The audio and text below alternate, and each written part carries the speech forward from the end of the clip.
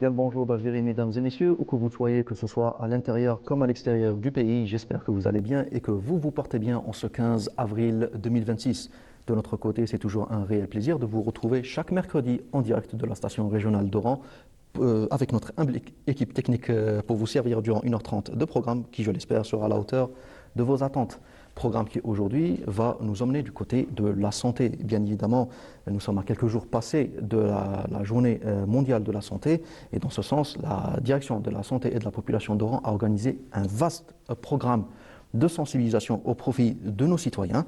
Et donc, dans ce sens, nous aurons le plaisir de recevoir Dr Mourad Jallat, médecin-chef à la clinique Loudriri Lalla Fatima Zohra de Siddiqia, qui nous parlera du programme de sensibilisation organisé par l'établissement sous le slogan Santé pour tous, un droit et non un privilège. On passera ensuite du volet universitaire. On va faire un tour du côté de l'université Oran 1 plus précisément pour découvrir ce bel événement organisé dans le cadre de la journée du savoir qui aura lieu demain, donc la semaine culturelle dans le cadre de la journée du savoir. Nous aurons le plaisir de recevoir nul autre que le sous-directeur des activités culturelles et scientifiques au niveau de l'établissement, M. Noureddin Boumaza, qui nous parlera notamment du programme ainsi même que des activités futures à venir de l'université. On passera ensuite au volet culturel, bien évidemment, on ne peut pas omettre l'événement incontournable culturel de la semaine à Oran, à savoir la 5e édition des Journées littéraires d'Oran, organisée en collaboration avec le Centre de recherche en anthropologie sociale et culturelle, le CRASC. Nous aurons le plaisir de recevoir nul autre que les deux organisateurs de l'événement, à savoir Madame Fatima Boufnir et Monsieur Ahmed Saifi Benziyen, qui nous parleront de cette 5e édition qui rend hommage à nul autre qu'à l'illustre intellectuel oranais, M. Haj Meliani Allah yarhamou. Et on finit bien évidemment avec le patrimoine, étant donné que nous sommes plus qu'à quelques jours du lancement du mois du patrimoine. Quoi de mieux que de parler de l'acte fondateur du théâtre algérien, la toute première pièce algérienne, Chha, de 1926. Pour en parler plus en détail, nous aurons le plaisir de recevoir nul autre que le spécialiste dans le domaine, l'intellectuel, l'écrivain et chercheur en histoire et patrimoine, M. Bouziane Ben Achour. Voilà, ce sera tout pour aujourd'hui, mesdames et messieurs. J'espère que vous serez nombreuses et nombreux à nous suivre. Sans plus tarder, nous allons commencer avec notre premier plateau, mais avant, on vous emmène dans un voyage à travers le temps et l'espace pour savourer cette petite pépite qu'on vous a dépoussiérée des archives de la station régionale d'Oran. On vous laisse apprécier ce petit moment musical et on se retrouve juste après pour démarrer.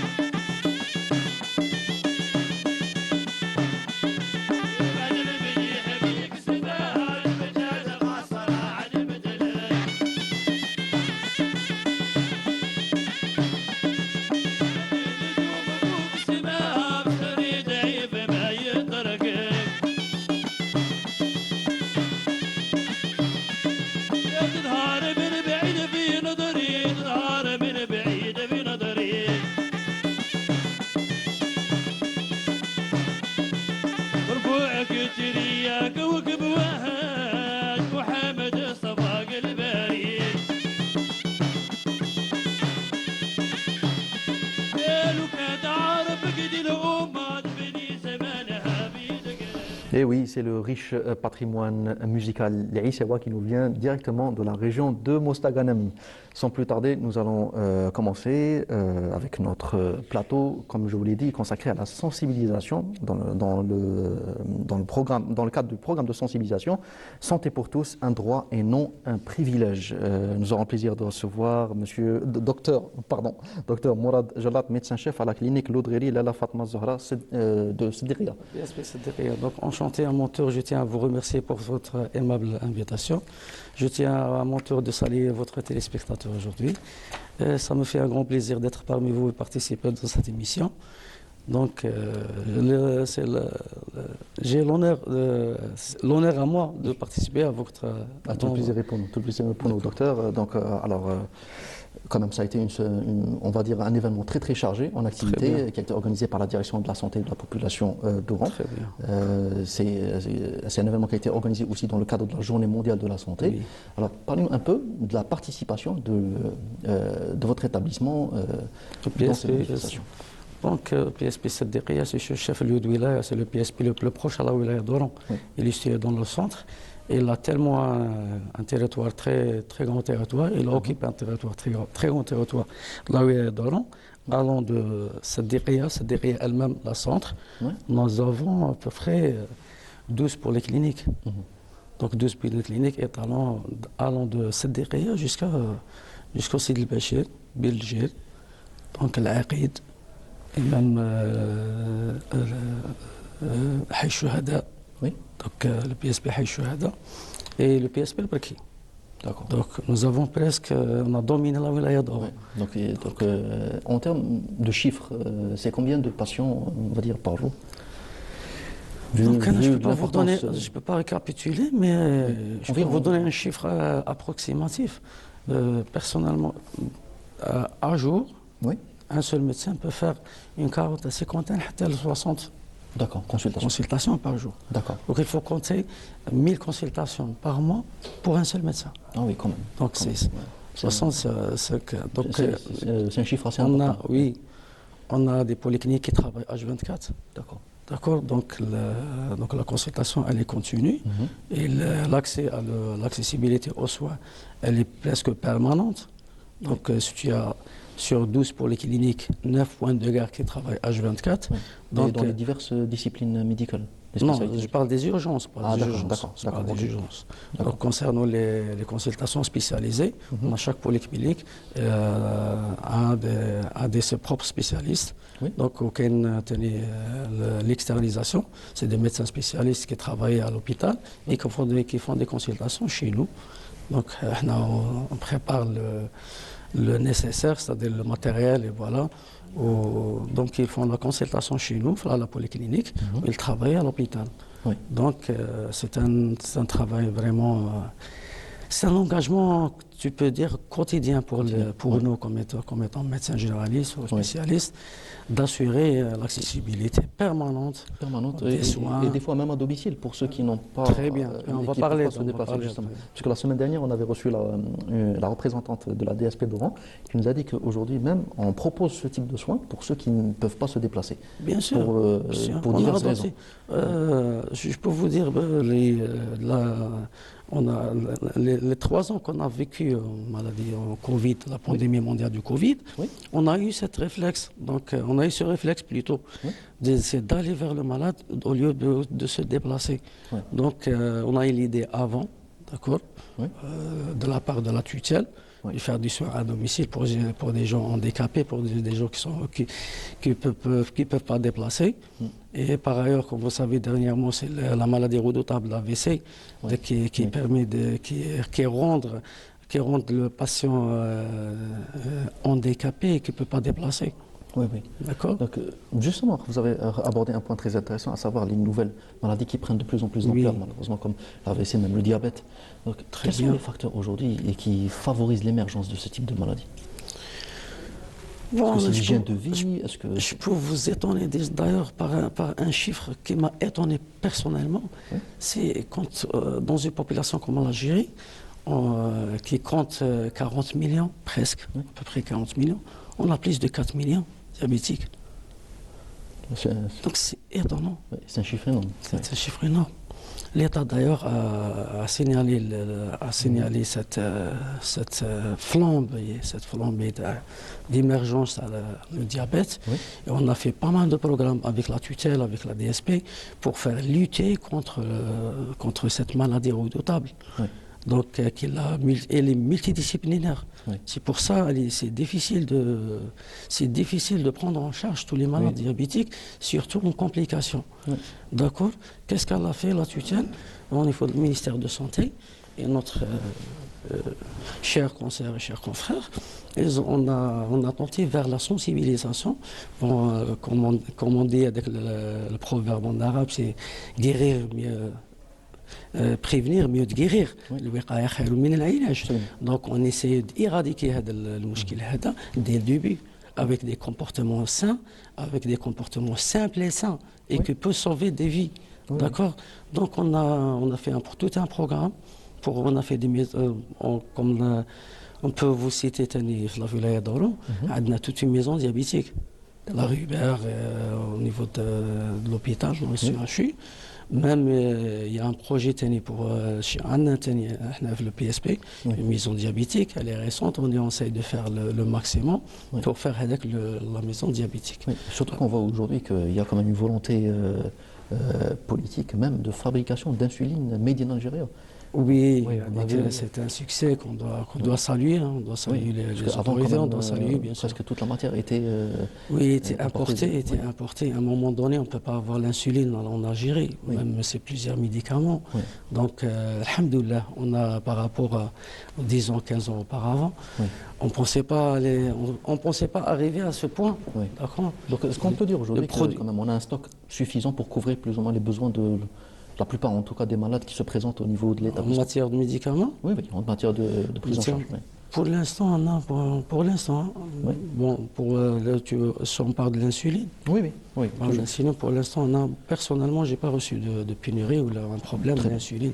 D'autres médicaments, peut-être, quelques médicaments, mais l'insuline, c'est impérieux. Il n'y a pas l'insuline. Il n'y a pas d'alternative. Donc c'est un produit qui doit être permanent. Il doit être disponible à tout moment. Donc on n'a pas le choix. C'est la complication la plus grave du diabète, c'est traité par des injections intraveineuses et subcutanées. Donc on n'a pas d'autre choix. Et comme vous savez, le diabète, il va toucher, vraiment, il va cibler les organes simples, les organes nobles, qui est le cœur, le foie, les reins, le cerveau, les yeux. Donc on peut vous dire les cerveaux, en particularité de cette maladie émergente et redoutable, elle est silencieuse. C'est parmi les complications du diabète, c'est le malade, et ce ne sont pas la douleur. La douleur extrême je peux vous citer l'exemple de l'EDM. L'EDM, c'est une douleur thoracique extrême, c'est-à-dire asphyxiante. Le diabétique peut faire un EDM sans douleur. D'ailleurs, j'ai reçu pas mal de malades. Il y avait un pinèse dans son talon. Il marchait pendant 3-4 jours, il ne savait pas. Donc vraiment, c'est un problème de santé publique. C'est pas à prendre à la légère. On doit en prendre au sérieux. Oui. Alors, maintenant, on va revenir un peu à la stratégie de sensibilisation un peu de l'établissement. Comment vous avez participé à cette journée de sensibilisation qui a été organisée dans le cadre de la Journée mondiale de la santé? Bon, la Journée mondiale de la santé, c'est... Est-ce que vous avez organisé des caravanes de sensibilisation? Même est-ce que vous êtes déplacé au niveau des régions défavorisées, on va dire, qui n'ont pas un accès très facile aux soins? Au niveau de l'EPSP, c'est derrière tellement... Donc, je tiens à saluer mes collègues le PSP, que ce soit administration, que ce soit les collègues paramédicaux et médicaux. Le travail au niveau de notre PSP, ça c'est devenu le quotidien les praticiens terrain. 10 ans auparavant, je travaillais, je suis à le PSP pendant plus de 12-13 ans.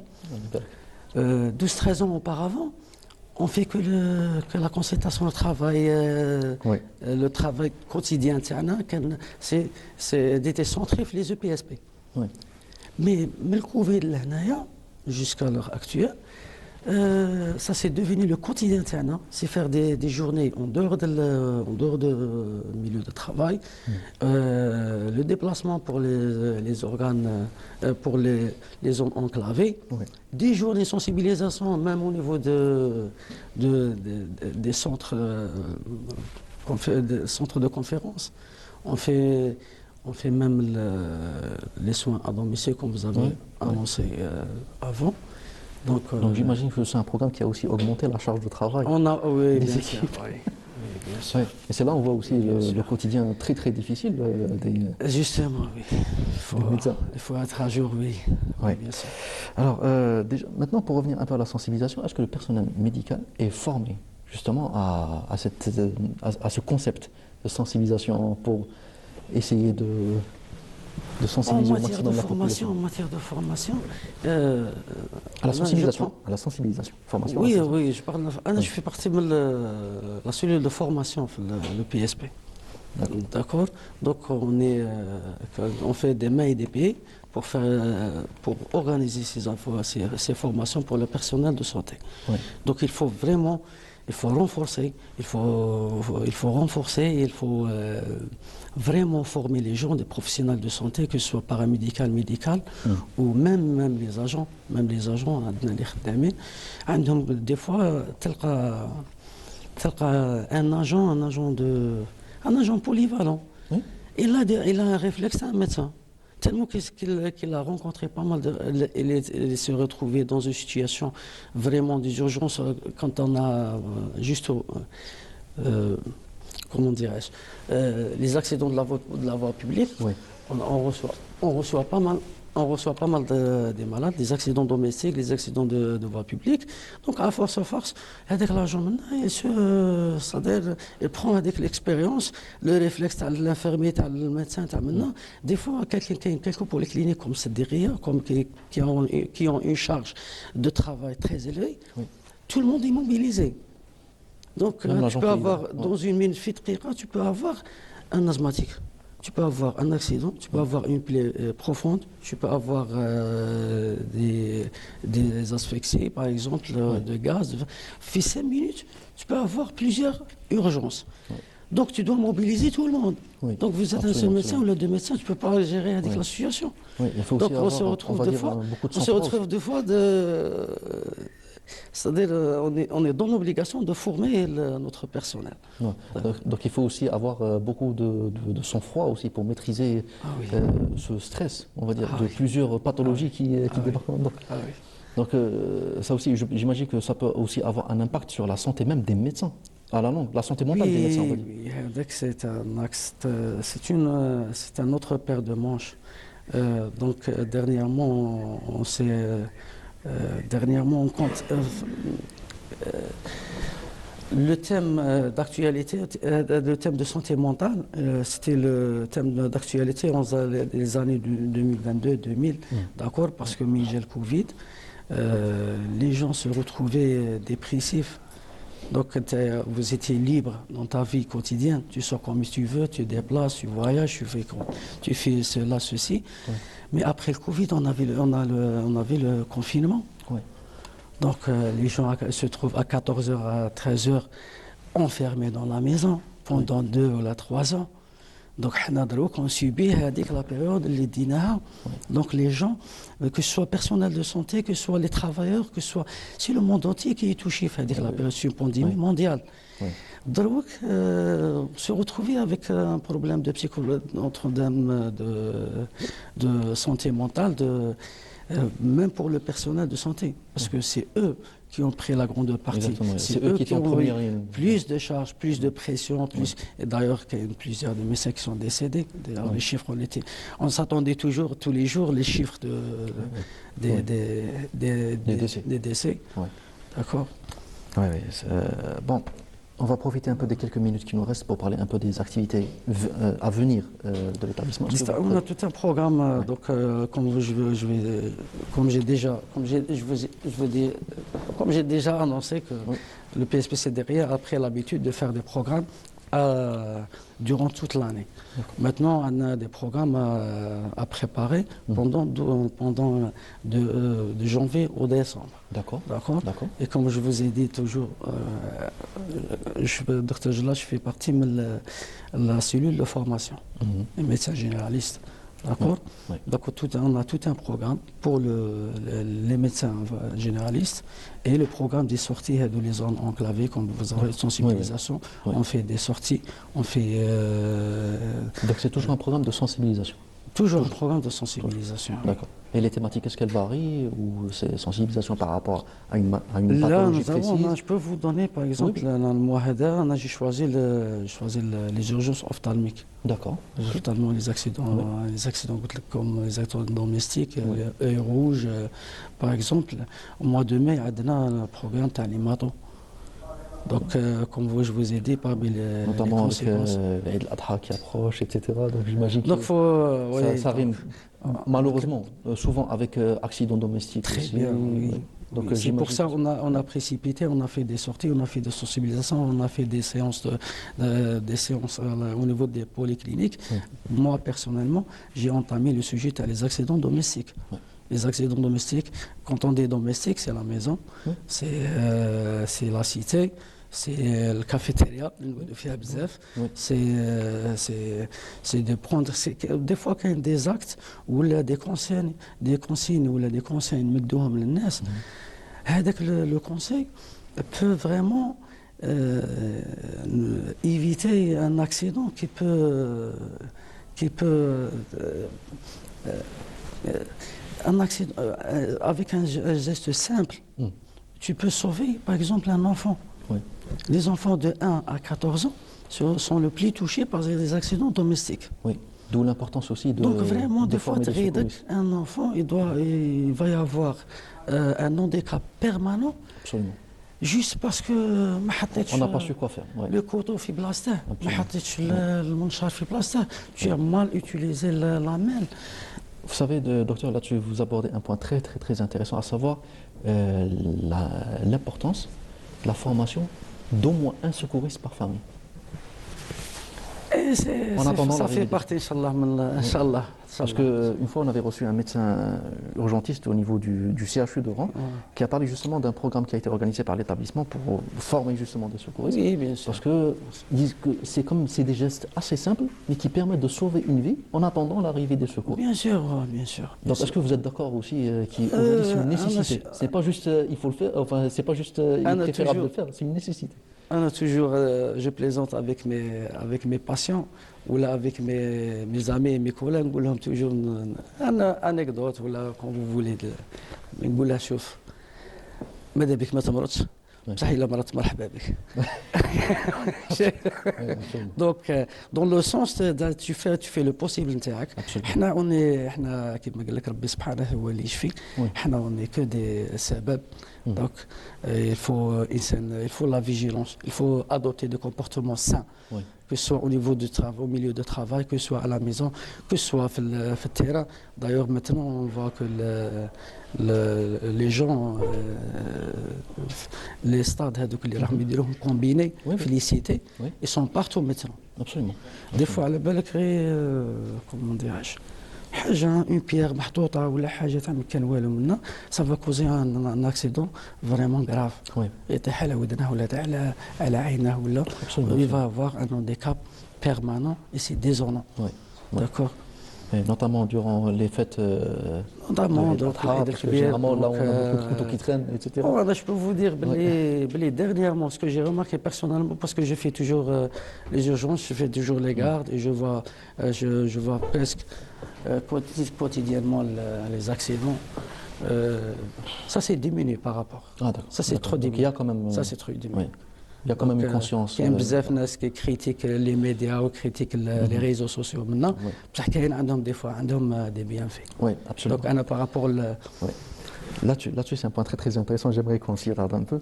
Vous avez abordé juste à présent l'impact des réseaux sociaux. La dernière fois, on l'avait aussi abordé brièvement avec la représentante de la DSP d'Oran, qui a parlé aussi des ravages que peuvent avoir les réseaux sociaux, notamment pour la commercialisation de certains médicaments douteux dont on ne connaît pas la provenance et qui peuvent malheureusement avoir un impact ravageur Un impact terrible. sur la santé. D'ailleurs, c'est vraiment... Donc aujourd'hui, est-ce qu'il faut dénoncer justement cette culture de ramener des influenceurs pour vendre un produit qu'ils ne connaissent même pas et aujourd'hui provoquer justement ces ravages dans la société? Je peux vous dire, ça fait 10-15 ans auparavant, on cherchait l'information. L'information, par exemple, dans une revue reconnue, dans des références bien précises, surtout en médecine, on avait quelques références, bien comme tu dis, avec les références, l'étude elle n'est pas valable. D'accord? Il y avait l'Organisation mondiale de la santé qui organise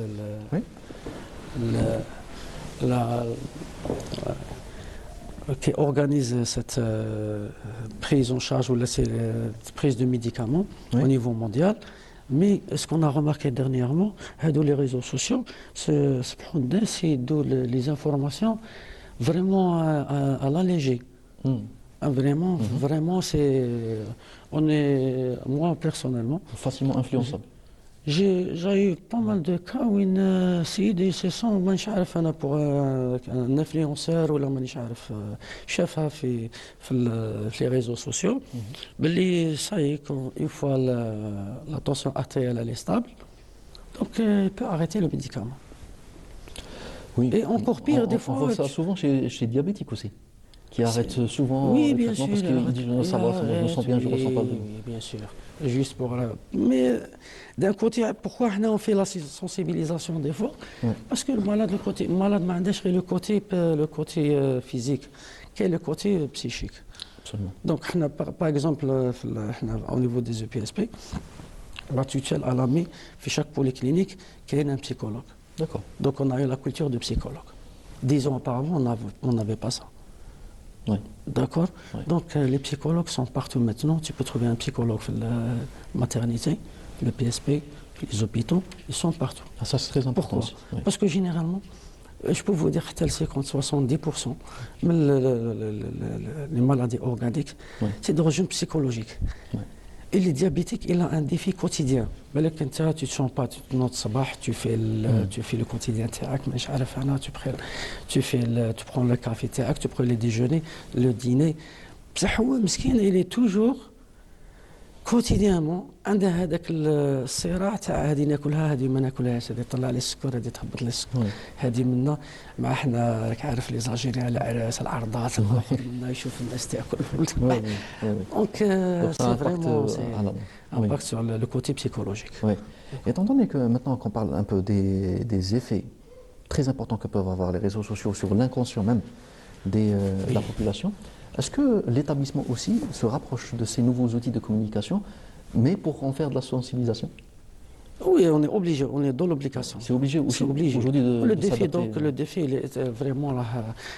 C'est pour ça qu'on a besoin des formations, de former bien nos professionnels de santé pour lutter contre la désinformation, l'anarchie les réseaux sociaux.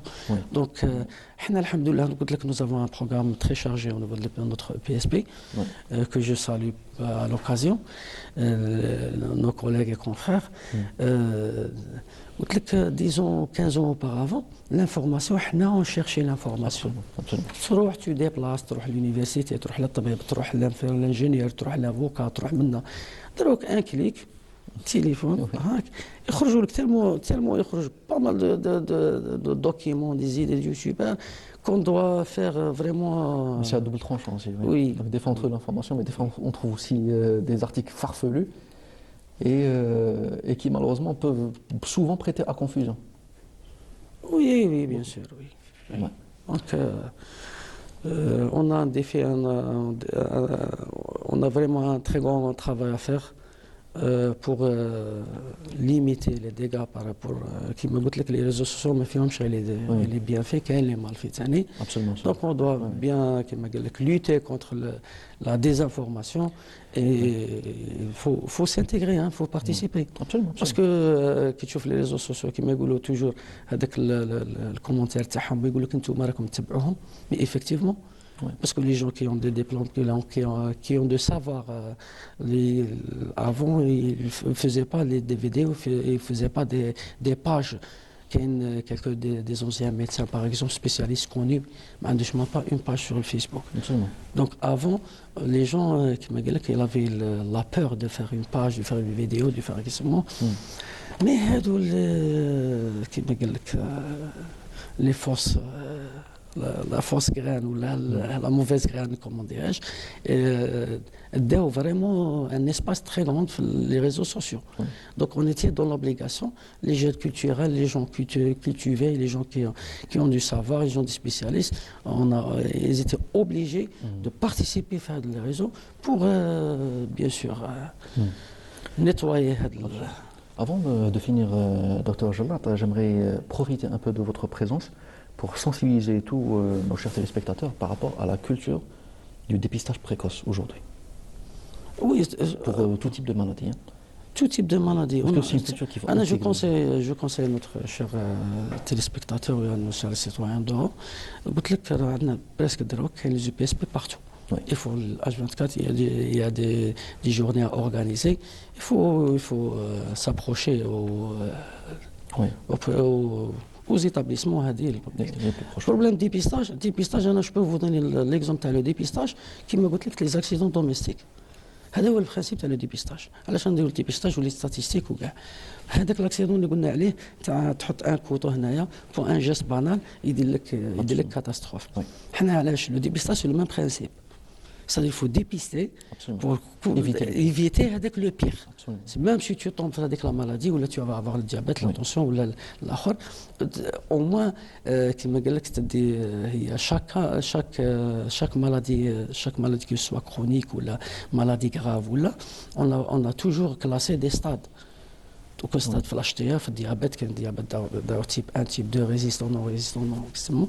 Donc, quand tu fais le dépistage, quand tu es des malades, tu découvres un malade G1, mais quand tu m'a découvert le G4 ou le G5. D'ailleurs, il y a quelques diabétiques, حتى ينقص له شويه لا فيو ينقص له الاخر تيجي يفوت حتى يولي عنده ان بروبليم كوتيديان تاع بولا كوري الفاي دي زالي روتور سانيتير يقول لك راه عندي ان بروبليم دونك حنا pas mal des gens يجي pour une simple consultation انا je fais consultation quotidiennement pour par l'interrogatoire pas mal de patients j'ai découvert pas mal de patients pour le diabète ou la tension pour des gens qui ont 40 35 ans d'accord surtout que c'est pour le dépistage précoce, c'est rapide et aussi c'est gratuit. C'est gratuit. Maintenant, on a l'occasion de alhamdoulilah, le citoyen عنده وين يروح عنده. Avant. Oui, absolument. Docteur Mourad Jalat, merci beaucoup. Merci beaucoup d'avoir pris le temps de venir aujourd'hui pour parler de cette thématique très sensible, savoir l'importance de la prise en charge de sa santé. Merci beaucoup. Donc je rappelle que vous êtes médecin-chef au niveau de la clinique Loudrili Lalla Fatima Zahra de Sédéria. Donc merci beaucoup encore une fois. Merci. J'espère qu'on aura l'occasion de vous revoir pour d'autres thématiques en rapport. Inch'Allah, bien sûr, avec un plaisir. Merci à vous. Merci beaucoup. Et quant à nos chers téléspectateurs, on continue avec notre deuxième plateau consacré à l'université. Mais avant, on vous emmène à travers ce sujet qui a été réalisé par notre collègue Salim Skandar sur la deuxième édition de la semaine scientifique qui a été organisée au niveau de l'École nationale polytechnique d'Oran Maurice Audin. On vous laisse regarder ce reportage, on se retrouve juste après. La science s'invite au cœur de l'événement. La deuxième édition de la semaine scientifique ouvre ses portes à l'EMP Oran, promettant une immersion totale au carrefour de l'innovation et du partage des connaissances. A organisé cette semaine la semaine scientifique de l'école sous la thématique l'innovation, la créativité et l'entrepreneuriat. Aujourd'hui, nous avons organisé un atelier dédié à la thématique du domaine du génie civil, qui rentre toujours dans le même contexte global où la stratégie de l'efficience énergétique, dans les nouveaux matériaux, la valorisation des nouveaux matériaux dans le secteur du bâtiment. Et sachez pertinemment que ce secteur est en pleine croissance, que ce soit au niveau local, régional, national, même à l'échelle internationale. Ce genre de rencontre, c'est toujours précurseur de ce qui va se faire après. Ça permet de sensibiliser les étudiants sur les nouveautés, aussi bien à l'échelle nationale qu'à l'échelle internationale. Ça permet de voir également quelles sont les avancées actuelles dans ces matériaux-là et quelles sont éventuellement les choses qu'on pourrait faire ensemble. Parce que le but, finalement, c'est de pouvoir se projeter et de voir qu'est-ce qu'on peut faire ensemble dans l'avenir. Le programme est dense et ambitieux, entre conférences de haut niveau et ateliers interactifs. Les étudiants ont contribué à des expositions fascinantes. Place également à la réflexion stratégique avec un tournoi d'échecs et à l'effervescence créative lors du grand hackathon dédié à l'innovation. لو كلوب سيونتيفيك اللي راني فيه اللي استفدت منهم بزاف كانوا كاينين بزاف كيما نقولوا لي ممبر اللي كبار عليا عاونوني بزاف كوتي تاع بروغراماسيون كوتي تاع لي بياس وينه لي بياس اللي نشريهم خير من لي بياس اوسي ليكول كان عاطيني وين نخدم كيما نقولوا ان شاء الله كي نكمل ننتجري لو ار بي تاعي الموديل تاعي نكملو كامل وننتجري ان ار بي علاش لا ما نحلوش ستارت اب نبرودويزو لي درون ونعطوا هذا لي سيرفيس لي زونتربريز اللي يحتاجوه. Il y a des très bons viviers d'étudiants avec qui on peut travailler, donc soit pour des mobilités, pour des stages ingénieurs en France, pour ensuite poursuivre un partenariat au niveau recherche. Il y a un très bon niveau, un très bon bagage en mathématiques, en numérique et méthodes avancées d'intelligence artificielle et autres. Donc il y a un très bon vivier et aussi il y a une très bonne capacité d'adaptation pour répondre à des problématiques réelles, concrètes. On a vu avec la démonstration sur les drones qui démontre la capacité des étudiants à aller chercher des outils de pointe avec les moyens dont ils disposent. Donc c'est vraiment un très bon vivier. Une semaine d'envergure pour explorer les défis de demain, une invitation à vivre la science autrement. Une invitation à vivre la science autrement, effectivement. Merci beaucoup Salim Skander pour ce beau sujet et on va passer directement au volet culturel, changement de programme. C'était prévu qu'on fasse un plateau sur l'université, mais malheureusement l'invité n'est pas venu. Donc on passe au volet culturel avec cette 5e édition des Journées littéraires d'Oran. Et pour en parler, j'ai le plaisir d'avoir nul autre que les deux organisateurs de l'événement, à savoir Madame Fatima Boufner. Merci beaucoup, professeur, pour être déjà parmi nous, d'avoir pris le temps de venir pour nous parler de ce bel événement. C'est moi qui vous remercie. Tout le plaisir est pour nous et j'ai le plaisir également de recevoir nul autre que l'illustre auteur et en même temps co-organisateur de l'événement, M. Ahmed Saifi Benziyen. Merci beaucoup, monsieur, d'avoir pris le temps d'être parmi nous aujourd'hui pour nous parler de ce bel événement. Merci à vous. Alors, quand même, c'est un événement, avant de commencer, qui a été, on rappelle que c'est un événement qui a été organisé en hommage à l'illustre intellectuel Haj Meliani, une sommité de la wilaya d'Oran. Qu'est-ce qu'on peut dire aujourd'hui sur Haj Meliani avant de parler de l'événement?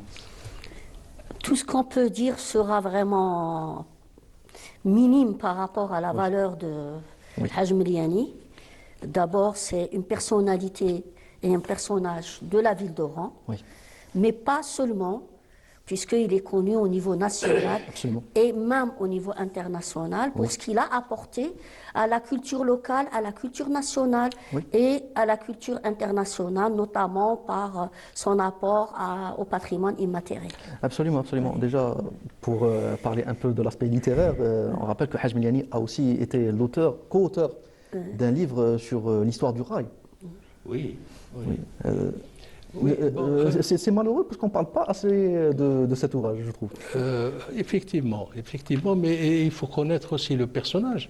Haj Meliani Rabbi yarhamou était un homme très modeste.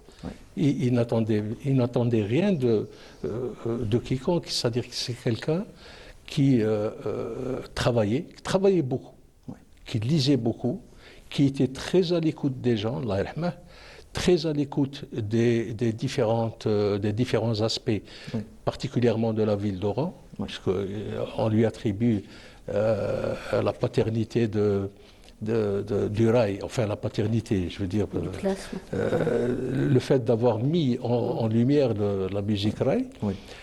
sur le plan académique. Oui, oui, absolument. Mais en Anthropologique aussi, fait, comme j'ai l'habitude de le dire, c'était juste un prétexte. Le rail était un prétexte, comme d'autres sujets étaient un prétexte pour lui, pour mieux écouter la société, pour savoir de quoi elle est faite, comment elle réagit, comment elle respire, comment elle souffre par moments, et comment elle trouve ses solutions, ses stratégies de survie. Oui. Voilà, donc le Hajj Bladi, si on n'a pas parlé de son ouvrage, on n'a pas parlé de beaucoup de choses non plus. Oui, de beaucoup de choses, même de sa personne, étant donné que c'était quelqu'un qui était aussi très très à cheval sur la qualité, on va dire. Absolument. C'est quelqu'un qui Beaucoup de reçu- rigueur. Absolument. C'est quelqu'un qui était caractérisé par beaucoup de rigueur académique, qui refusait toute forme de médiocrité. Absolument. Exactement. Oui, déjà, même moi en tant que personne, j'ai déjà eu affaire à lui à plusieurs reprises et pour plusieurs travaux. Et c'était quelqu'un qui, malgré, il souligne la qualité de tout type de travail, mais il énumère énormément. Absolument. Ça n'a pas été le cas de tout le monde. Oui. Oui. Hier, on a eu droit à des témoignages extraordinaires au CRASC. C'était à l'occasion de l'inauguration de la 5e édition de Jolior. Oui. Et les gens allaient jusqu'à dire on avait peur de lui. Mais il était toujours prêt à revenir. C'est parce qu'il trouvait de l'intérêt aux travaux de quelqu'un. Donc, il serrait la vis au départ parce qu'il était exigeant envers lui-même d'abord, et ensuite, il lâchait un peu de l'est et il l'orientait. Voilà, et quand il était critique, c'est il trouvait un intérêt au travail. Oui, absolument. Donc, En fait, il me l'a dit, beaucoup de justement. gens qui ont compris Oui. le mécanisme de fonctionnement de Hajj Miliani Oui. étaient heureux et heureuses d'être critiqués par Absolument. cette personnalité scientifique, intellectuelle, culturelle de... Vous savez, vous m'avez rappelé une anecdote, je pense que vous y étiez aussi présent lors de la séance dédicace du 2e roman de Khaled Boudaoui. C'est Pariadia notable d'aujourd'hui. Oui. Et Hajj Miliani était présent justement à cette séance dédicace. Il s'est pas empêché malgré le contexte difficile de la rédaction de l'ouvrage et aussi du point de vue personnel de Khaled Boudaoui, il ne s'est pas empêché de souligner beaucoup Oh oui, on a eu tous à le subir. Il n'est pas complaisant. La Non, complaisance... justement, il a dit. Oui. Il a dit. Et après, il a dit, c'est parce que je t'apprécie beaucoup et que je t'estime être mon ami que je me permets d'être aussi franc avec Tout à toi. fait. Oui, tout à fait. Et il était comme ça. Moi, je me souviens de la première, lors de la sortie de mon premier roman, je l'avais sollicité pour faire la présentation. C'était à Donc l'époque. on parle du roman Yemma, c'est ça? Non, pas Yuma, L'autre maîtresse. Ah, d'accord. Voilà. D'accord, désolé. C'était en 2004, je D'accord. crois. 2004. Et donc, je l'avais sollicité pour faire la présentation du roman. Que dit, ça va pas, non? Que dit, jamais je ne vais présenter ton roman. Par contre, je serai dans la salle pour te saucissonner. Déjà accepté. Et c'est comme ça que je suis parti vers Bouzien Ben Achour, un autre généreux, et qui a eu la gentillesse de venir faire cette présentation. Et effectivement, il a joué son rôle. Le Hajj était là, il était dans la salle et il a apporté les critiques, bien sûr positives.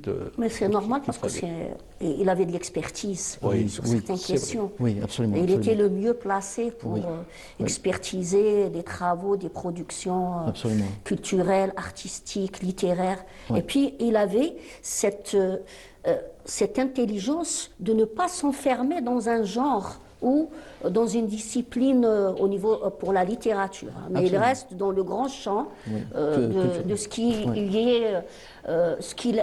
est sa passion. Absolument. Oui. C'est vrai, parce que là, en ce moment, on parle que de l'aspect littéraire, mais Hajj Miliani, il avait aussi une énorme contribution, même dans le domaine cinématographique. Exactement. C'est aussi l'un des fondateurs du ciné-pop. Le ciné-pop, oui. Ciné populaire, il est pratiquement, il y a de la reconnaissance pour tout le travail qu'il a fait pour l'installation au niveau national des ciné-clubs. Et il ne faut surtout pas oublier qu'il a été initiateur du Festival international du court-métrage. Auquel a assisté pour la dernière sortie publique de, je l'ai dit hier, Kateb Yassine, était présent en 89, et il y a eu aussi Youssef Chahine qui est venu à une des éditions.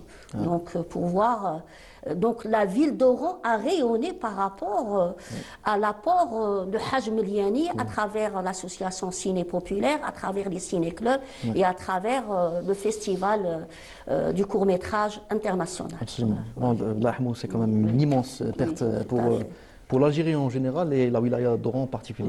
Bon, après cette mise en contexte, on va parler un peu aujourd'hui de l'événement qui lui a rendu hommage, à savoir cette 5e édition des Journées littéraires d'Oran. Il faut peut-être commencer par le commencement des Journées littéraires. Les Journées littéraires, comme c'est inscrit dans la page et qu'on le dit à chaque occasion, c'est d'abord un concept de Haj Meliani.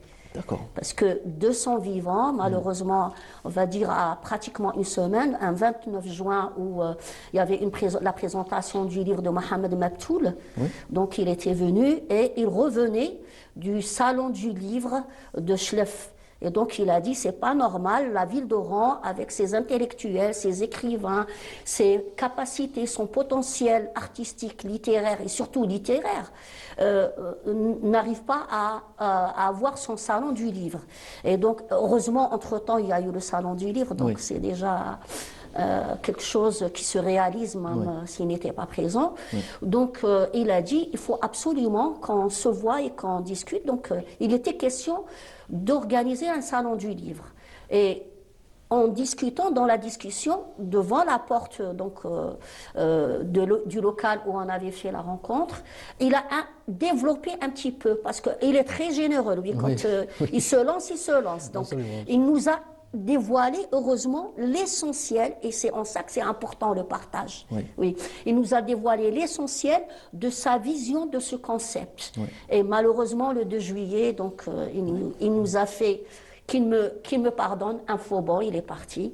Et donc, du coup, on a décidé quand même, pour le respect de sa mémoire, de mettre en œuvre donc, ce concept. Et ça a pris la forme donc, d'un collectif pour organiser des événements autour donc, de l'écriture, autour du livre, autour de la transmission par la lecture et l'écriture, et donc et de créer ce collectif, mais aussi une page qui rend visible toutes les activités, avec un moment fort chaque année.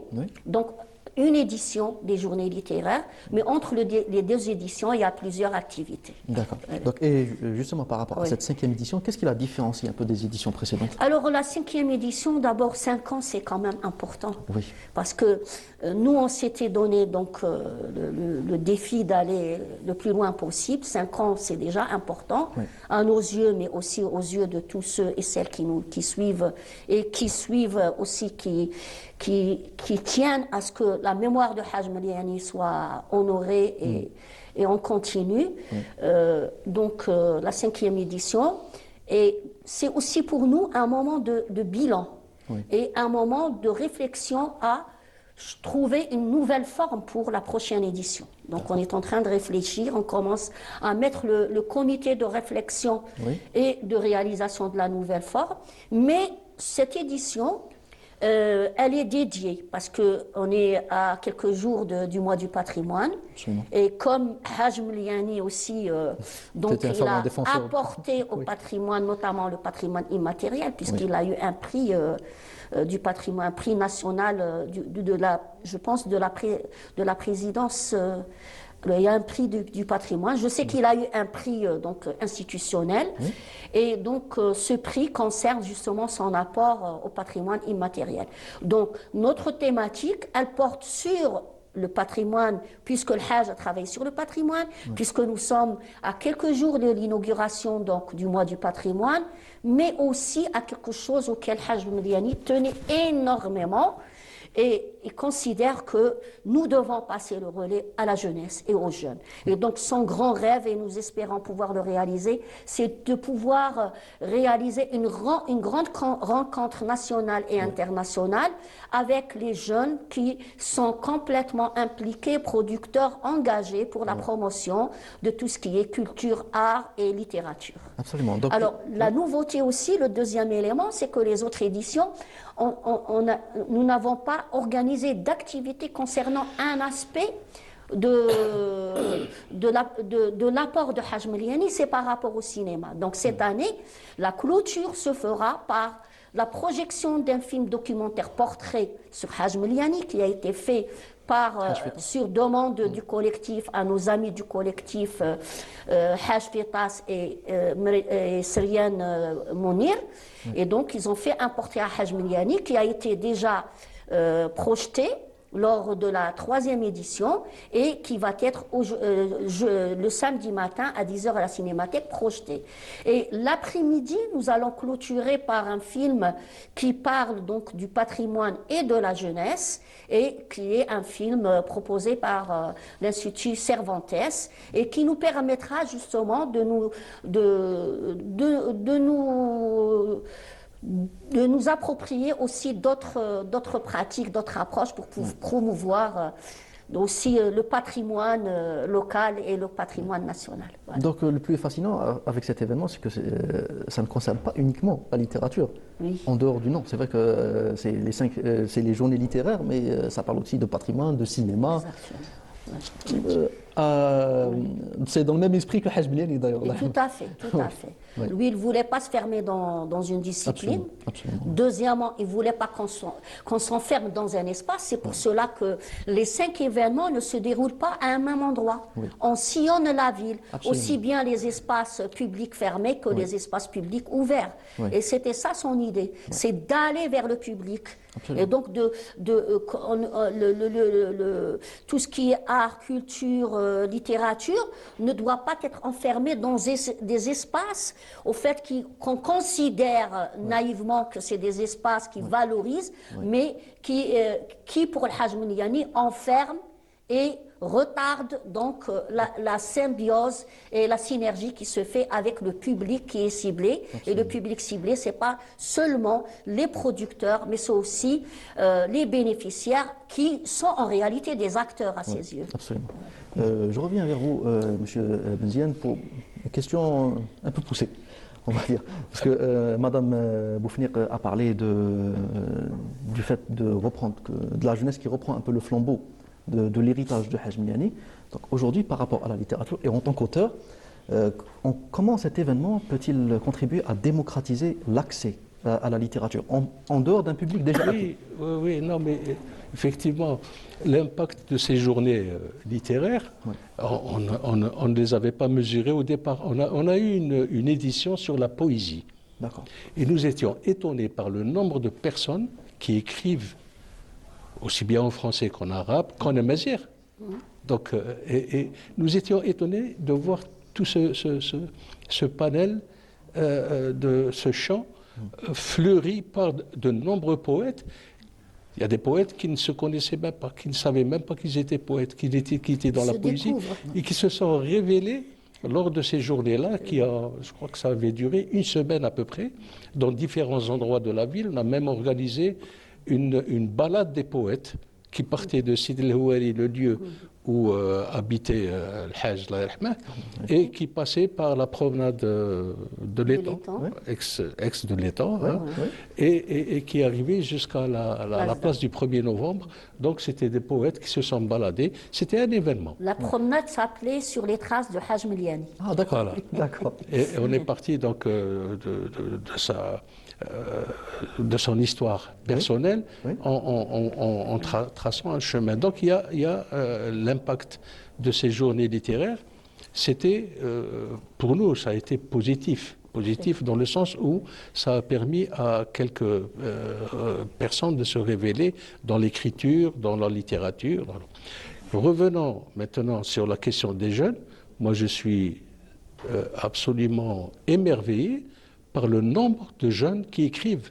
Oui. Beaucoup plus que dans notre génération. Oui. Beaucoup plus. Qui n'ont pas peur, qui ont dominé leur peur de l'écriture, parce que écrire, c'est se révéler aussi à un public, et c'est pas évident que sur le plan psychologique, on tienne le coup. Mais là, ce sont des jeunes, beaucoup de jeunes qui écrivent, et notamment en arabe. On considère, ce qui n'était pas le cas de Haj Meliani. À l'époque, on en a discuté. On considère que le lectorat aujourd'hui est arabophone. Oui. C'est pas évident. Il y a une part de vérité lorsqu'on visite le salon, le SILA, par exemple, chaque année. Il y a énormément de jeunes qui écrivent dans la poésie, dans la littérature, aussi bien que dans les autres disciplines, hein, dans les disciplines technologiques, etc. C'est des jeunes qui ne dépassent pas la trentaine d'années et qui viennent apporter leur contribution au paysage littéraire en Algérie. Oui. Donc maintenant, la question reste d'ordre politique. Que faut-il faire pour encourager ces jeunes à émerger, parce que là, ceux qui sont sur le champ de l'écriture, bon, c'est connu, mais il y en a d'autres qui peut-être ont envie de le faire et ils ne savent pas quel chemin emprunter pour arriver à l'écriture. Vous savez, là-dessus, vous me tendez la pêche parce que parmi les collaborateurs de cet événement, il y avait les éditions Haya, Oui, et qui aujourd'hui Oui. comme Oui. les éditions phares d'Oran. Absolument, actuellement. Donc, absolument. est-ce que à ce niveau-là, il prévoit un accompagnement justement des jeunes talents décelés, détectés en tout cas lors de ces journées, pour les aider à les c'est- publier? Oui, c'est inscrit dans la... C'est un des objectifs des journées littéraires. Oui. Si je reviens à la question que tu viens de poser à Sid Ahmed, par rapport aux jeunes, malgré les difficultés financières par rapport à l'édition et surtout la distribution, ils n'ont pas ce blocage de dire non, je ne vais pas être édité, je ne vais pas être distribué. Donc ils prennent l'initiative, ils écrivent et nous le remarquons aussi parce que dans les journées littéraires, chaque édition, nous avons organisé des ateliers d'écriture. L'engouement surtout des jeunes pour venir apprendre les techniques, mais pas que les techniques. Par exemple, cette édition, nous organisons un atelier d'écriture le jeudi par l'accompagnement de Jamila Hamitou, qui est une conteuse professionnelle et donc qui va travailler sur la thématique du patrimoine et comment justement écrire pour préserver et promouvoir et s'approprier donc des dimensions du patrimoine et du matrimoine. Donc on voit l'engouement parce qu'un atelier c'est un nombre limité, donc le nombre de personnes qui s'inscrivent pour écrire.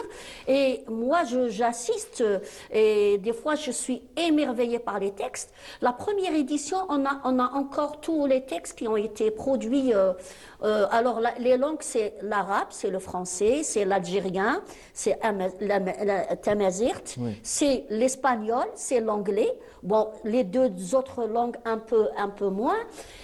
Mais on a un recueil justement où donc on va faire pour la 5e édition, entre autres pour les formes, donc de recueillir tous les textes qu'on a eus avec l'accord donc des producteurs de ces textes et donc faire un recueil pour le diffuser, le faire connaître et surtout faire connaître ces jeunes. Donc pour nous, il y a aussi des mécanismes qui sont mis en place pour justement faire ce passage de relais. Parce qu'on peut en parler dans le discours, mais dans la pratique, il faut avoir ces pratiques de partage, de transmission et surtout, comme on va le voir cet après-midi, d'intelligence collective pour ne pas rester sur l'individuel et partager pour que des traces restent au niveau donc des archives, des personnes. Voilà. Aujourd'hui, il y a bien des choses. Je parlais tout à l'heure du Festival international du court-métrage. C'est parce qu'il n'y a pas de traces que pratiquement, il n'y a que ceux qui ont vécu cet événement qui se rappellent. Donc voilà, on a l'obligation morale et sociétale de s'y mettre à l'écriture et d'archiver et de ne pas rester dans l'égoïsme parce que Haj Meliani nous a appris la générosité. Absolument, voilà. absolument. Et surtout aussi sortir avec quelque chose de concret et de palpable après ces journées littéraires. Avoir un recueil, comme vous l'avez dit, ça permet aussi de garder une traçabilité justement. D'ailleurs, pardon. Oui, mais... D'ailleurs, la jeunesse est inscrite dans l'intitulé du thème de cette année, du thème de cette édition. Donc, c'est dire l'intérêt que nous voulons apporter absolument aux jeunes et quels sont les mécanismes maintenant de transmission. Par quelle voie? Est-ce que les réseaux sociaux répondent? On s'est posé la question hier lors d'une table ronde. Est-ce que les réseaux sociaux peuvent permettre aujourd'hui une meilleure transmission du patrimoine Elle est immatérielle, Oui. d'abord, bien sûr. Et est-ce que, quels sont les moyens de faire, s'approprier ces mécanismes? Oui. Comment faire, comment les jeunes vont s'organiser pour arriver à une meilleure, je veux dire, appréhension de ces questions culturelles, patrimoniales, matrimoniales, etc. Oui. On est encore au début de la discussion justement du rôle des réseaux sociaux. Bon, la première réponse était oui et non. Oui, Ouais, parce c'est une que arme à double tranchant, oui. oui, parce qu'on a un exemple concret. Par exemple, Amin Dellay, la page Saïd El-Mendassi qui a un rôle fondamental dans la collecte, mais pas seulement dans la collecte, de faire connaître donc Char el-Malhoun, le Malhoun en général, mais aussi de laisser une trace parce que cette page-là, elle est accessible aux personnes, pas seulement les spécialistes, pas seulement ceux qui sont intéressés. Et il y a les chercheurs qui la consultent, il y a aussi des nostalgiques qui la consultent. Donc voilà. Non, parce que ça ne peut pas se faire automatiquement. Il faut avoir une réflexion. Il faut mettre en place une stratégie et il faut mettre un plan d'action par ceux qui sont intéressés de choisir cet outil pour aller dans cet objectif. Absolument, absolument. Une question pour finir, parce que vous avez abordé la diversité culturelle et linguistique de l'Algérie en général. Vous avez dit que vous avez reçu des textes en français, arabe, tamazight, algérien, comme par exemple notre illustre Rabah Sba, avec son roman Fahla. Aujourd'hui, on assiste quand même à un débat assez stérile par rapport à la paternité de la littérature algérienne, la paternité de la langue de la littérature algérienne. Certains disent que malheureusement, la littérature de langue française n'est pas algérienne, certains disent que la littérature arabophone est algérienne, et vice-versa. En tout cas, c'est un débat assez stérile. En tant qu'auteur, que pouvez-vous dire par rapport à ça, M. Benzine? Je voudrais revenir juste sur le Haj Biliani. Tu vois, il ne nous quitte pas, il est présent, il est là, quelque part. Allah yarhamك al-Haj. Le Haj Biliani, ce qui faisait sa richesse, c'est que le Haj Biliani est né dans un milieu ouvrier, bien sûr, mais durant la colonisation, mais un milieu qui était pluriculturel et pluricultuel. Je suis né dans le même haouch que lui et je me remémore encore le langage, les langues qu'on parlait. Ma grand-mère qui n'a jamais été à l'école, mon père qui n'a jamais été à l'école, parlait espagnol couramment, français couramment et arabe couramment. Ou qu'il y ait le Coran. Alors regardez la particularité de cette société. Durant la colonisation. Donc il fallait se battre pour... Bien sûr, l'école a porté la francophonie. Parce qu'on considérait que, du temps de la colonisation, on considérait que les gens qui ne connaissent pas la langue française, qui ne savent pas l'utiliser, soit par l'écrit, soit par le parler, étaient des analphabètes. C'est faux. Parce qu'à l'arrivée de la France, il y avait près de 600 écoles, pas seulement coraniques, mais qui enseignaient aussi les mathématiques, les sciences, l'astrologie. Donc, il n'y a pas... Et il y a eu une coupure. Donc, l'un des crimes de la colonisation, c'est d'avoir coupé la société algérienne de sa composante, de son identité. La langue ne constitue pas une difficulté réelle dans la littérature. Bon, je suis peut-être pas le mieux placé pour parler de littérature. Au contraire, ça peut être une richesse. Comment? Ça peut être une richesse. Oui. Cette diversité linguistique. C'est une richesse, mais ça dépend des langues. Vous entendez, je ne sais pas si vous avez écouté la poésie africaine, de certaines tribus africaines où la langue n'est parlée que par cette tribu. Il y a une richesse linguistique en Afrique qui n'existe nulle part ni dans le monde. Ça a disparu ailleurs. Donc, les langues, la poésie, je pense, la poésie en elle-même est une langue. Absolument. Est une langue. Oui. Et je ne pense pas que ce soit un handicap dès lors qu'on sait en parler. Rabah Sba a ouvert le champ de l'algérien avec Fahla. il en est à son... mais les étudiants se sont déjà saisis de cet Des ouvrage. thèses et des masters qui se font Il y a sur plusieurs ce roman. masters, plusieurs thèses qui sont en train maintenant de tourner autour de Fahla en termes interrogatifs et en termes d'apport à la littérature algérienne. Et ça va peut-être ouvrir d'autres voies intéressantes. Monsieur, Et puis pour construire aussi, on ne se construit pas en faisant abstraction et le déni de ce qui est acquis. Absolument. Donc la capitalisation, elle se fait avec tout ce qu'on a eu durant un processus. Et au contraire, la pluralité, comme vous l'avez dit, ça permet justement d'enrichir et d'avoir cette touche particulière de la littérature algérienne. et sur ces belles paroles, je vous dis merci beaucoup, Madame Fatima Boufniq, ainsi que Monsieur Ahmed Saifi Benziane, d'avoir Merci été à présent vous. parmi nous. C'est Ça a été Merci un à vous. immense plaisir de pouvoir échanger avec vous et surtout pour rendre hommage à Le notre plaisir est illustre partagé. Hajj Le plaisir est partagé. J'espère qu'on aura Merci. l'occasion de vous revoir pour d'autres occasions, pour bien Inch'Allah. parler de culture, de littérature, même de cinéma, Inch'Allah. Merci beaucoup. Inch'Allah. Merci à vous. Et quant à nos chers téléspectateurs, on continue avec notre plateau consacré au patrimoine. Mais avant, on vous emmène découvrir ce sujet réalisé sur le Sarj, un sujet signé Iman Mahroub Ras. On vous laisse regarder et on se retrouve juste après.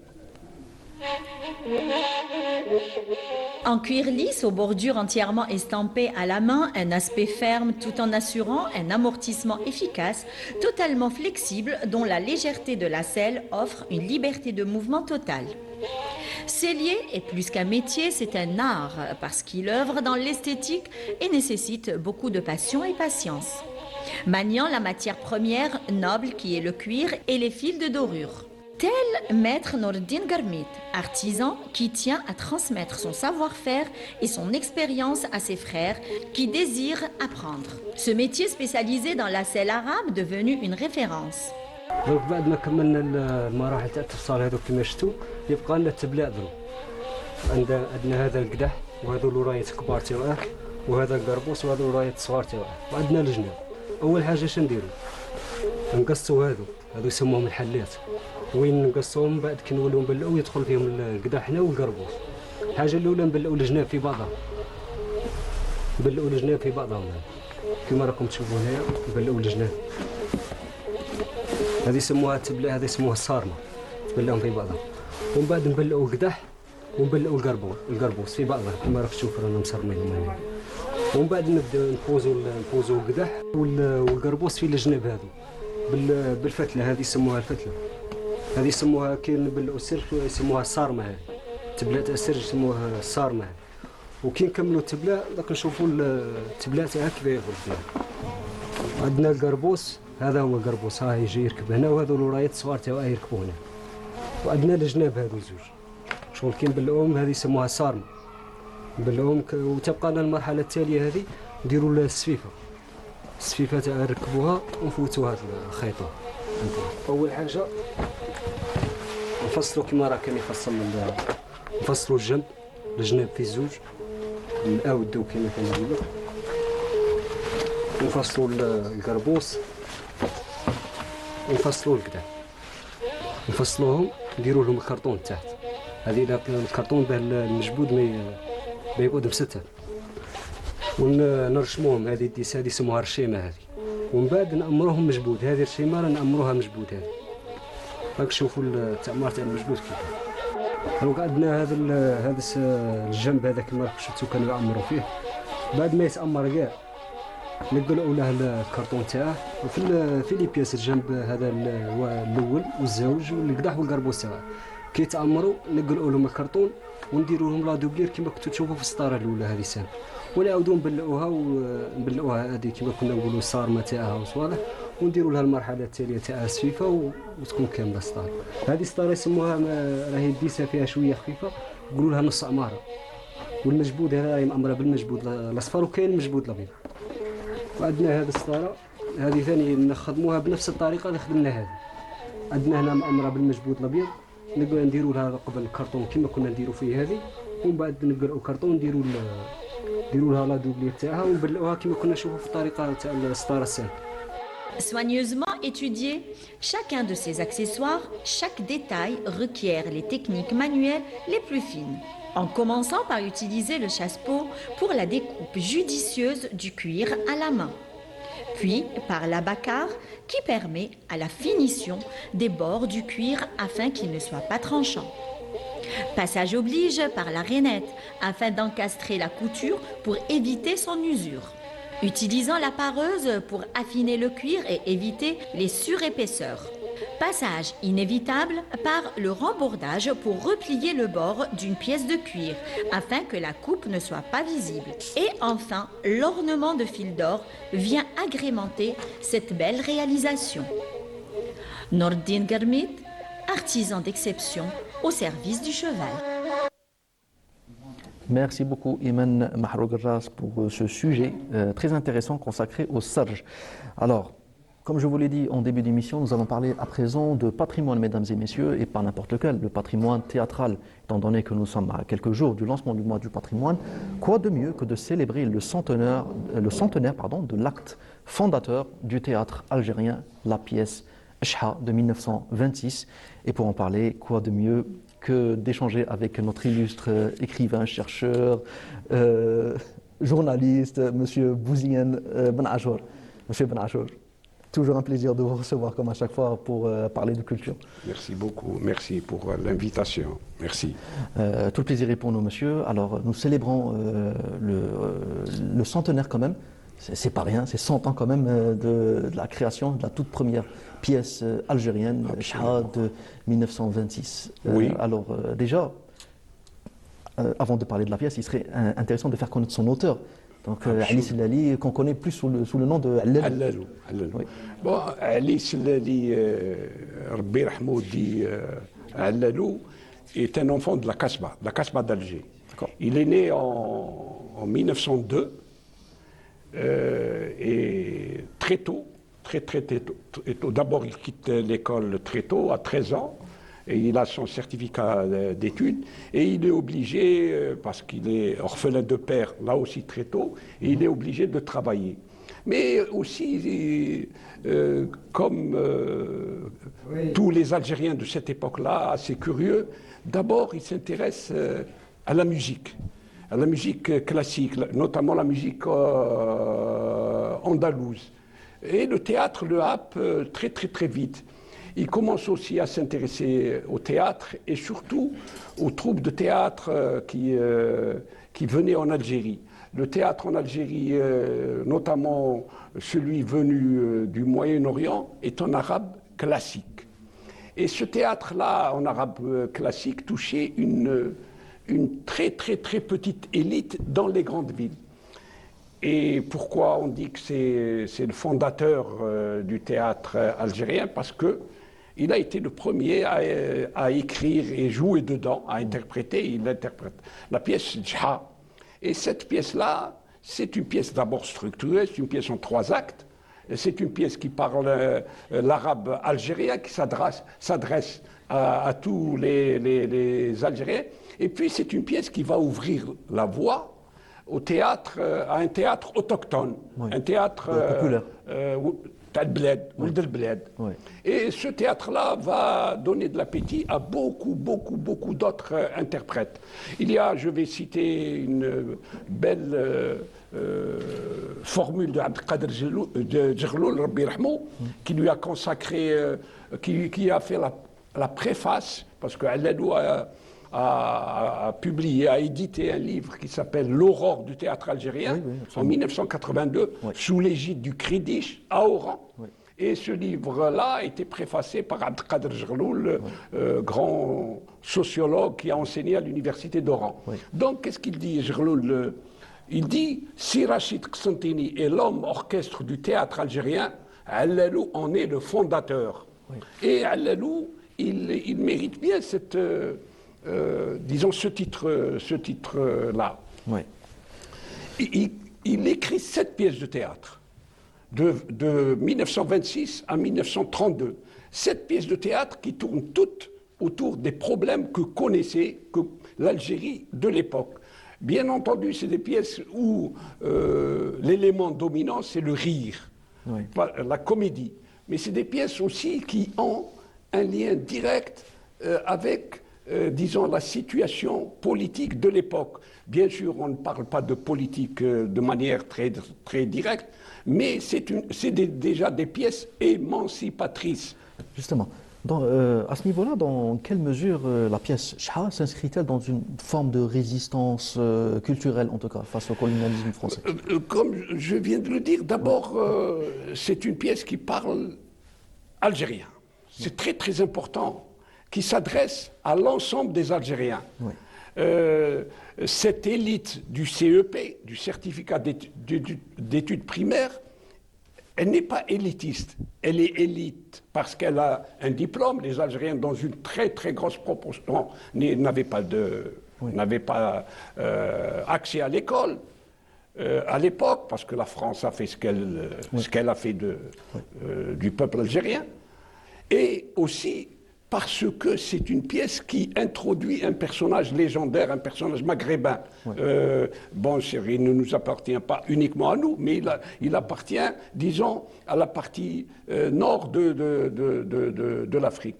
Deuxième élément, c'est une pièce qui introduit dans la structure théâtrale européenne, tout ce qui est lié à la technique, des contes et des légendes algériens. Allalou s'est beaucoup appuyé sur les contes et légendes algériens et aussi arabes. Il y a beaucoup de contes puisés des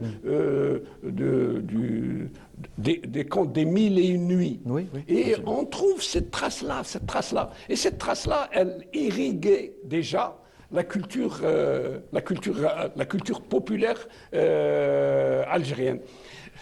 Et aussi, il avait intégré un autre élément qu'on retrouvera beaucoup plus tard, des dizaines d'années plus tard, c'est tout ce qui est chant, musique. Donc, le chant n'est pas venu avec les pièces de théâtre des 40, 50 dernières années, mais bien avant, on y trouvait... Et puis, il avait, l'un des premiers, intégré ce qu'on appelle le personnage pivot. C'est-à-dire quand il a, dans le mariage de Bouaklin, c'est la deuxième pièce de Allalou, Rachid Qsantini joue le premier rôle. Rachid Qsantini qui a été intégré dans la troupe de Allalou qui s'appelle Zahia Troupe, la troupe gay, Zahia. Donc, il y a un personnage principal et tout tourne autour de lui. Et ces personnages-là sont des personnages très légers. Qui savent communiquer le rire. C'est des gens qui, d'abord, ils ont des casquettes multiples. Ils savent chanter, ils savent jouer, c'est des fantaisistes. Ils font dans l'acrobatie, c'est un peu tout. Et tout ça plaisait au public algérien. Monsieur Ben Achour, étant donné que la pièce elle a été pour la première fois écrite en algérien, est-ce que le fait d'avoir choisi cette langue représentait une forme de théâtre engagé? Absolument, absolument. Parce que c'est une forme de résistance. À l'époque, on ne disait pas théâtre engagé. Et puis, Allalou, moi j'ai lu son livre, j'ai lu quelques entretiens avec des journalistes algériens, bien après l'indépendance. Et il ne disait pas que je faisais du théâtre engagé, sauf qu'il disait que j'essaye d'être conforme à ma culture, à la culture algérienne. J'essaye d'être, disons, d'être un peu plus proche du vécu, parce que c'est des pièces tirées de l'ordinaire, du vécu des Algériens. Je vais donner quelques titres. Le mariage de Bouaklin, Abou Hassan al-Hachaichi. Bon, Abou Hassan al-Hachaichi est tiré d'un conte, c'est le dormeur éveillé, d'un conte des Mille et une nuits. Mais c'est des pièces qui sont toutes liées au vécu des Algériens, au vécu des Algériens de l'époque. Et l'époque, nous sommes dans les années 20. 20-30, c'est le grand éveil. Et puis le grand éveil, et puis il y a la Nahda arabe. le monde arabo-musulman commence à se réveiller. Il y a ici en Algérie, quelques années plus tôt, l'émir Khaled, c'est un peu grâce à l'émir Khaled que les troupes égyptiennes, notamment celles de Georges Abiad, sont venues en Algérie, et notamment à Oran, Alger-Oran. Et ces troupes-là ont été, quoi qu'on dise, un peu le déclencheur. Mais le déclencheur dans une langue où on ne se reconnaissait pas assez. On ne se reconnaissait pas assez. Jha a été vraiment... Et puis la pièce a été jouée. Le public, moi j'ai lu des témoignages dans les livres de Bashtarzi et aussi dans celui de... Pardon. Allalou, oui, le public en redemandait. Hein. C'était salle comble. Ça jouait au Cursal, ça jouait dans les salles de cinéma, notamment à Bab el-Oued. Et les gens accouraient pour voir ça.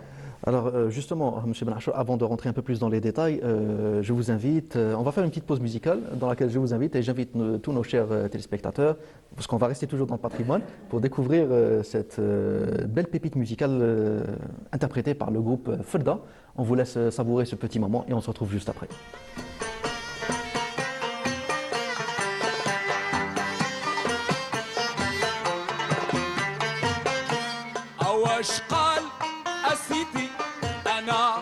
أغلى من جهل وانت ربي الغني تواب. أنا أغلى من جهل وانت ربي الغني تواب. علي قبيح خاطي عصيم وذنيب.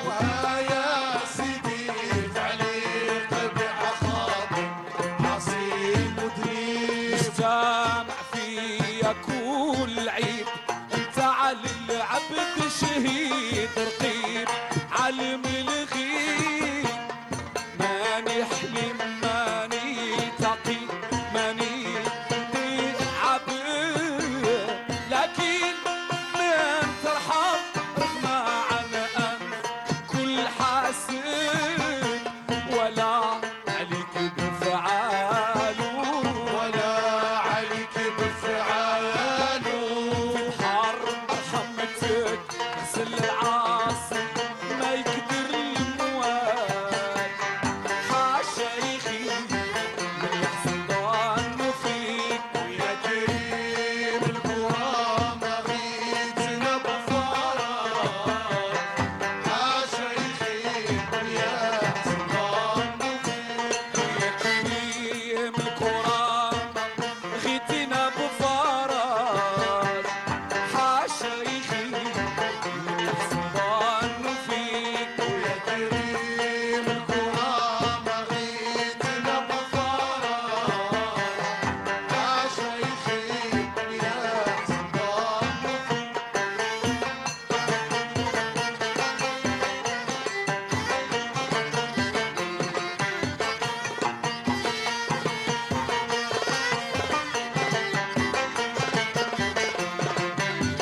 يا البصير بعين النطق يا الفراج. يا سمع الدعاء يسمعك شريك. سيدنا محمد تبعته والزواج. قضي حاجتي قسمت عليك. سألتك بنون وعين قلبي صفى من الزاج. القلوب كلها في قبضات يدي. عتقني كما عتقت يونس طبق المواد. سيدي لك خير رجايا فيك. كنت في الجنة جار وفي خيار الدراج. ويقول لي الهادي مرحبا بك. بيت وقفة في عرفة مع الحجاج. قل يا الله والكمال عليك. نزور من شقة القلوب صاحب التاج. ويقول لي الهادي مرحبا بك. كل من يقصد طه مع عليه حراج. فديت الغرور حتى فديت. يسر اموري يا ملا ترك الغناء. Et oui, c'était Bouzidi avec la fameuse troupe Al-Ferda avec cette magnifique interprétation issue de la richesse du terroir musical algérien. Alors, M. Ben Achour, on va rester toujours dans le patrimoine pour continuer de parler de la pièce Jha. Déjà, le personnage Chha, en tant que personnage issu du folklore populaire, est-ce qu'il est utilisé comme un simple ressort comique dans cette pièce ou comme un vecteur de critique sociale plus profonde? Non, non, il fait la jonction entre les deux. Ah, d'accord. Il est personnage marqueur de la culture populaire de l'époque, mais il est aussi vecteur de critique sociale.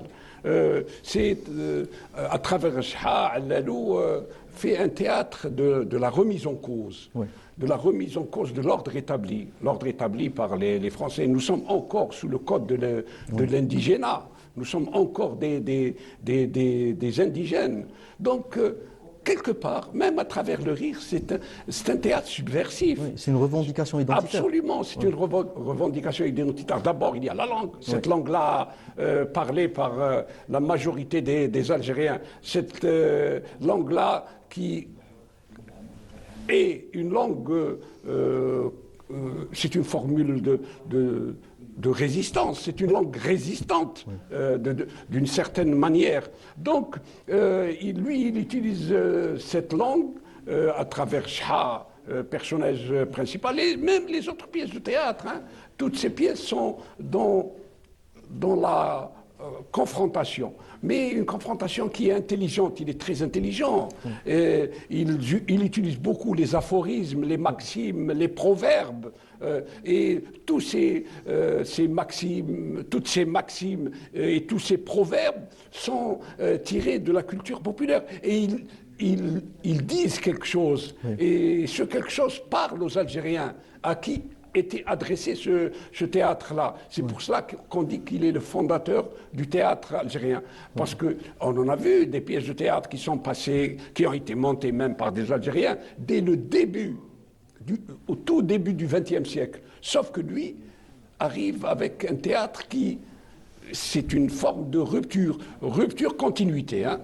Donc, il intervient parce que, comme je l'ai dit, c'est une pièce qui est structurée, qui a des actes, qui a des scènes, qui a un début, qui a une fin, qui a des intrigues. Mais ces intrigues-là sont toutes intégrées dans un processus de démocratisation du théâtre, de démocratisation de la langue. Ce n'est plus une langue adressée uniquement à cette très petite élite citadine.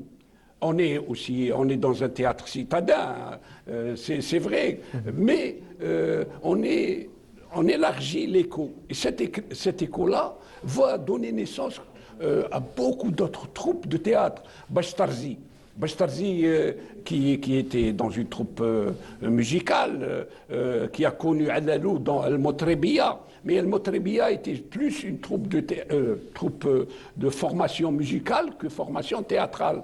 Donc, Bachtarzi, une fois que Allalou s'arrête pour une question économique, il a été obligé, il est tramino.